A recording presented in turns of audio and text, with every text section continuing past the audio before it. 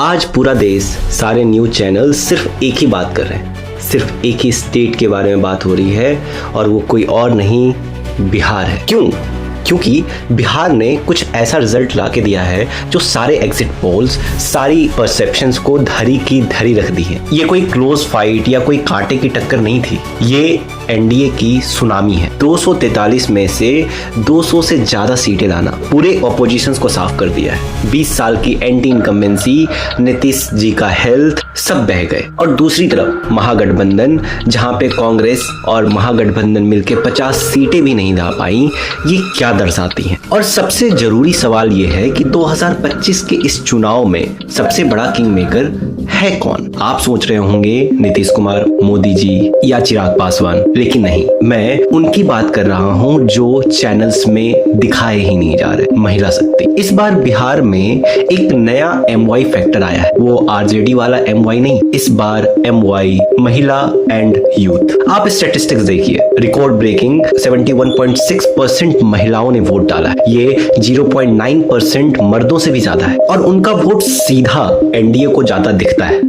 और इसका बहुत बड़ा रीजन जो 10,000 का महिला रोजगार योजना के तहत 75 लाख से भी ज्यादा महिलाओं को 10,000 रुपए मिलना महिला रोजगार योजना से, वो एक बहुत बड़ा फैक्टर निकल के आया है। और ये सिर्फ बिहार के चुनाव में भी नहीं देखा गया, ये मध्य प्रदेश में भी देखा गया, ये महाराष्ट्र में भी देखा गया। इससे ये पता चलता है महिलाओं ने साफ मैसेज दिया है कि उन्हें डायरेक्ट बेनिफिट्स, उनकी सेफ्टी और घर का चूल्हा ज्यादा इंपॉर्टेंट है। तो आप क्या सोचते हैं, क्या ये जीत नीतीश की थी, क्या ये जीत पीएम मोदी की थी, या ये जीत बिहार की महिलाओं की है? तो अब जब एनडीए की फिर से डबल इंजन वाली सरकार आ चुकी है, तो क्या ये अपने वादे को पूरा करने की कैपेसिटी रखते हैं?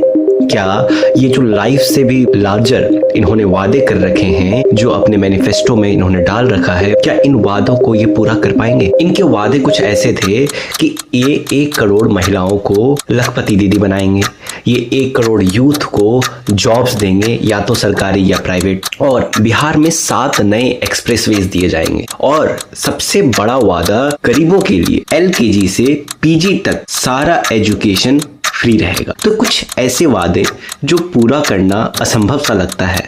क्या आपको लगता है कि इस एनडीए की डबल इंजन सरकार इन वादों को पूरा कर पाएगी? अब आते हैं डिफीटेड पार्टीज पर। आरजेडी के नेता तेजस्वी प्रसाद जो इतने बड़े वादे कर रहे थे, वो क्यों नहीं चल पाया? उन्होंने बोला कि हम हर घर में एक सरकारी नौकरी देंगे। तो ये वादा क्यों ना चल पाया, और क्यों महागठबंधन पार्टी सिर्फ 25 सीटों में ही निपट गई? और बात सिर्फ इस चीज की नहीं है, बात यहाँ पे असदुद्दीन ओवैसी की भी आती है, जो AMIM के लीडर हैं। इन्होंने सीमांचल के एरिया में 5 सीटें जीत ली, जो एक बहुत बड़ा वोटर बेस था आरजेडी के लिए, महागठबंधन के लिए। ये भी एक बहुत बड़ा रीजन है कि ऑपोजिशन पार्टी जो बहुत ज्यादा एक्सपेक्टेड थी कि सरकार बनाएगी, वो नहीं बना पाई। तो ऑपोजिशन पार्टीज का व्यू कैसा है? तो ऑपोजिशन पार्टी जैसे कि कांग्रेस, समाजवादी पार्टी का ये कहना है कि ये इलेक्शन वोट चोरी पे जीता गया, और साथ ही साथ इसमें सबसे बड़ा सपोर्ट देने वाला इनको SIR प्रोसेस का बहुत बड़ा हाथ है। उनका ये भी सवाल कि ठीक इलेक्शन से पहले एनडीए की गवर्नमेंट ने क्यों 10,000 रुपए महिलाओं को बांटे, जो एक वोट बाइंग की तरह दिखता है। अब आखिरी सवाल, आपको इस रिजल्ट में क्या दिखता है? एनडीए की स्ट्रेटेजी की जीत या ऑपोजिशन का वीकनेस?